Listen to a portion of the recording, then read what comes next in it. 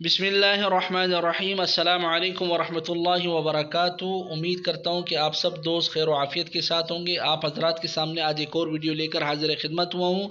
अपने नए आने वाले नाजरीन से रिक्वेस्ट करूँगा कि अगर अभी तक आपने हमारे चैनल को सब्सक्राइब नहीं किया तो सब्सक्राइब कर लीजिए। आइए वीडियो की तरफ बढ़ते हैं।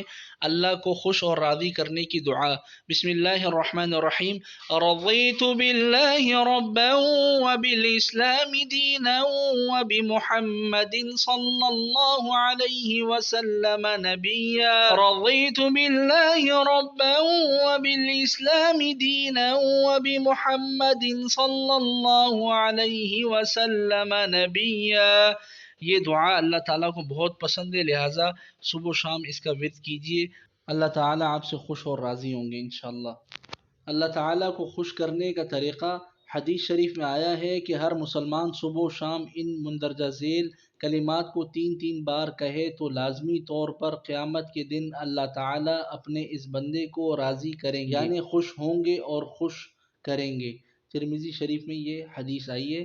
3 मरतबा लाजमी तौर पर इसे सुबह शाम पढ़ लिया करें। अल्लाह ताला आपसे राज़ी और खुश होंगे इंशाअल्लाह।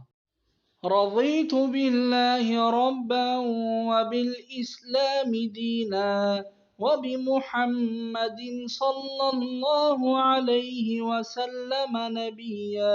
रज़ीतु बिल्लाहि रब्बन व बिल इस्लामी दीना व बि मुहम्मदिन सल्लल्लाहु अलैहि वसल्लम नबिय्या।